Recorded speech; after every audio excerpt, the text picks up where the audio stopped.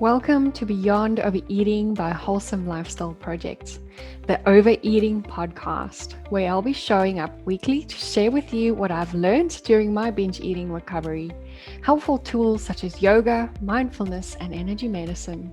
My name is Stell, and my purpose is to inform and educate so that you can fast track your recovery in healing your relationship with food and finally trust yourself around the peanut butter jar.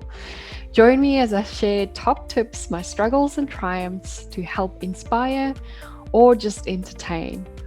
Remember, there's nothing wrong with you if you can't stop overeating. That's why I'm here to guide you along the way. Hey, it's Delia, your host at the Beyond Overeating podcast by Wholesome Lifestyle Project. I'm so excited to be here today to talk to you today about how to recognize your triggers in episode 5.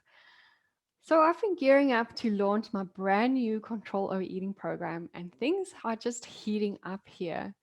This has been a great dream of mine for months, and I finally get to open it up to the public. You can find a little bit more about that if you wanted at control-overeating.wholesomelifestyleproject.com.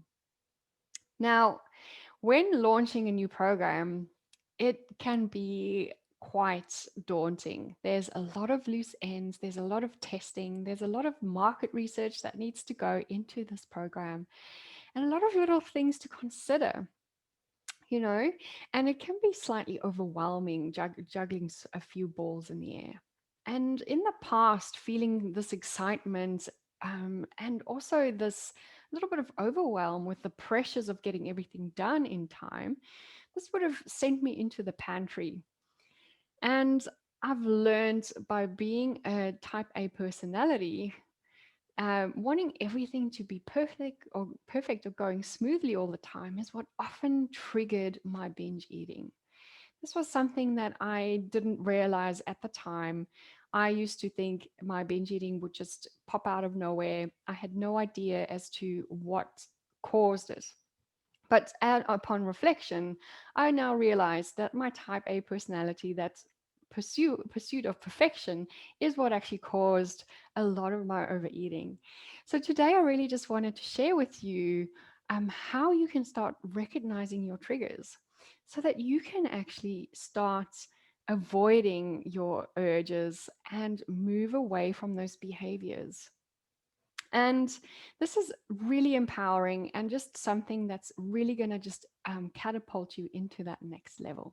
So, if you remember in episode 3, I talked about what causes a binge in the first place. And if you haven't listened to that episode, make sure to catch that episode. But in the meantime, I'll quickly summarize just a little bit about what was covered.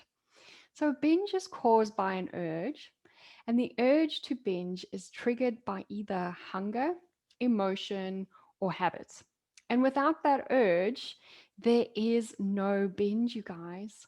So, that is super empowering because once we know that, we can start working on it. If we know what triggers that urge, we can start moving forward. And that is what I'm going to be showing you today. And that is so empowering when it comes to taking control back in terms of eating. So now that we all caught up and you know what drives you to lose control around food, it's time for us to face some of your old binges and ask yourself some really hard questions. Now, this is not going to be easy because we usually want to avoid the episode of binging completely. So we either black it out of our minds or we hide our packaging. We just pretend it doesn't happen because it is such a raw experience. Being at the other inside of that binge, you just want to actually die. You actually feel like you're in that space of self loathing. So I do understand that this is hard, babe, but I really want us to start recognizing the triggers. And the only way for us to do that is to go back and look where your urge came from, whether it was hunger, emotions, or habit in the end of the day. So I'd love for you to just grab a journal or a pen and paper and let's start facing your latest binge. Make sure that you pause this recording if you wanted to just go and grab that. And really, I implore for you to not just listen to this episode, but actually doing this little journaling exercise. Go and get that piece of paper and really get deep into this. I know it's scary. For me, this was super scary. It's also um, something that opens up that awareness to this and it rehashes some of that embarrassment. So I really want you to be comfortable, find a beautiful place where you can do this, and let's get going. So before I love to do these deep dives, I like to tell my clients to take a beautiful deep breath in. So let's do that together. Taking a beautiful deep breath in through the nose and sighing it out through the mouth.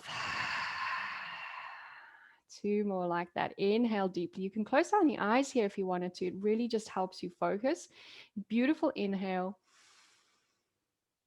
and release. Last one, deep inhale.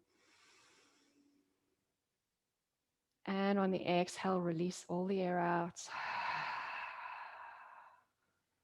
And just allow yourself to be in a calm place while doing this little exercise.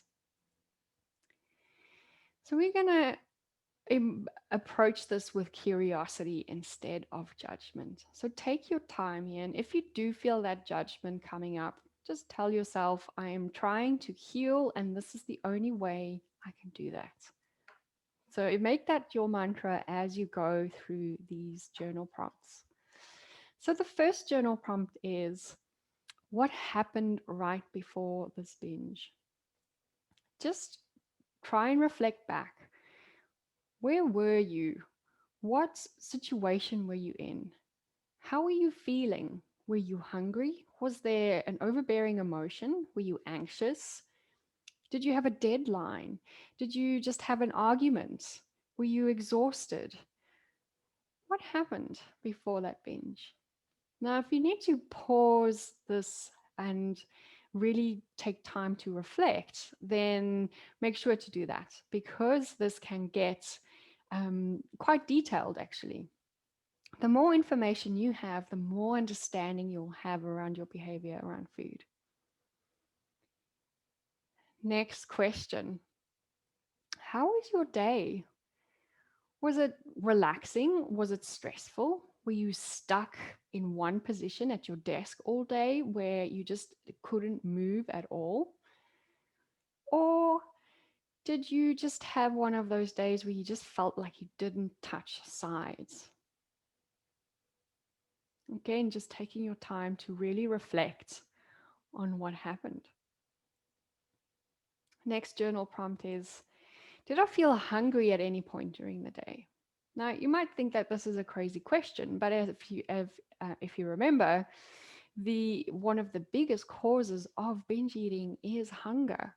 So if you forgot to eat or you on purposefully didn't eat during the day, this can often lead to overeating later on, whether you binge eating or not. And the reason for this is because we're ignoring our hunger signal, which is that hormone called ghrelin. If we have too much of that in our system because we have not eaten, we can't hear our fullness.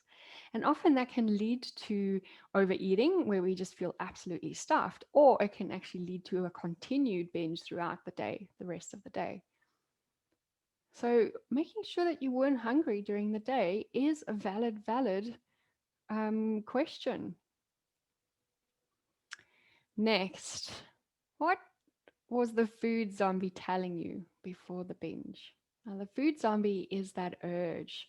It's that little voice in your head, that little feeling in the body, that taste in your mouth that just makes you want to eat. What was it telling you?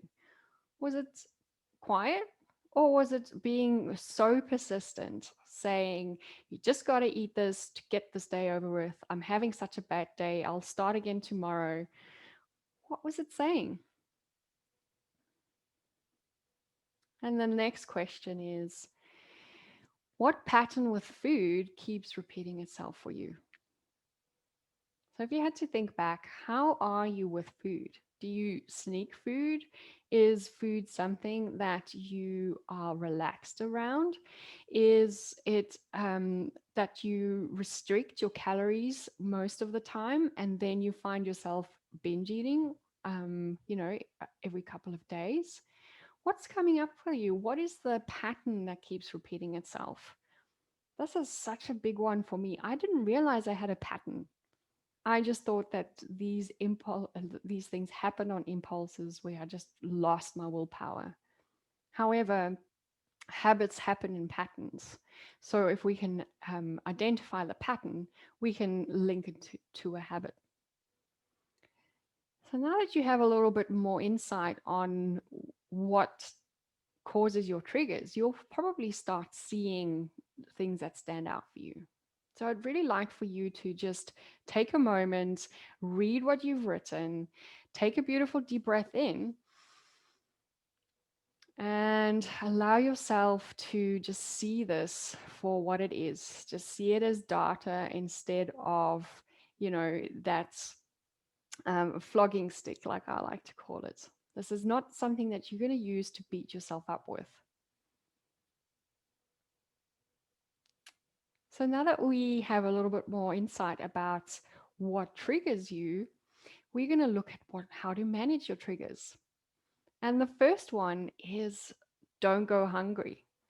So the best way to avoid food zombie mode, as I call it, food zombie mode is that feeling where your brain just switches off and you just cannot stop yourself from face planting into the pantry. It's almost like your hands are out like a zombie and you just can't help stop reaching into the bag. And some of my clients feel like their brain just switches off. I felt the same. It's like that loss of control. It happens so automatically and it feels like you just cannot stop it.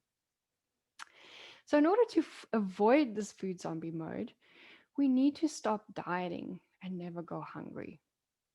Now, that is something super scary. What do we do instead of dieting? How do we control our calories and how do we control what we eat if we're not on that diet, if we're not counting our calories, if we're not counting our macros, or, whatever you're doing, having that 100 calories shake in the morning?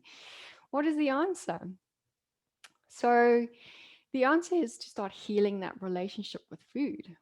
And we do that by finding foods that give you energy, finding foods that really put that little hop in your step, makes you feel radiant, almost like you're eating glitter.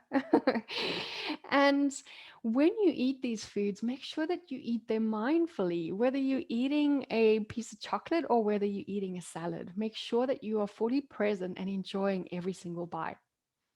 And the next part is, as I said, don't go hungry. Lean towards those energizing foods and make sure that your day is filled and you eat regularly. Next is recognize your food zombie. Recognize that the urge is driven by your food zombie brain, that it's driven by these triggers. And when you realize this, you also can realize that that part of the brain that makes us want to eat is not the part of the brain that actually picks up the food. There's a separation, which means it can't, the food zombie brain cannot make you eat, it cannot make you binge. And that means that we can get control back. So that's step number three. Step number three is choose control. In my control over eating program, I help my clients gain that control around food. It's not easy in the beginning to understand the difference between the two brains or putting that distance between the urge and the not acting on it. So I teach them how to rewire their brains and their habits around that so that the habit of not binge eating becomes a lot easier than the habit of binging. So we choose to ignore the urge and we let our rational part of the brain say no. And we realize that you are, in fact, in control. And it gives you that power back. And when we take that power back, we celebrate every single success. The more we celebrate the success, no matter how small, that actually creates more feel good chemicals in our body. And the more we celebrate every time you don't binge, that chemical reaction becomes stronger and stronger, and it becomes more appealing than the chemical reaction that the temporary binge gives you. So celebrate every single win, and your reward centers will start drawing attention to the celebration instead of the urge to eat. So, if you want a little bit more information on how to finally quit binge eating for good, download my guide at quit.wholesomelifestyleproject.com. I can't wait to see you in the next episode where I'll be sharing with you on how to survive the festive season.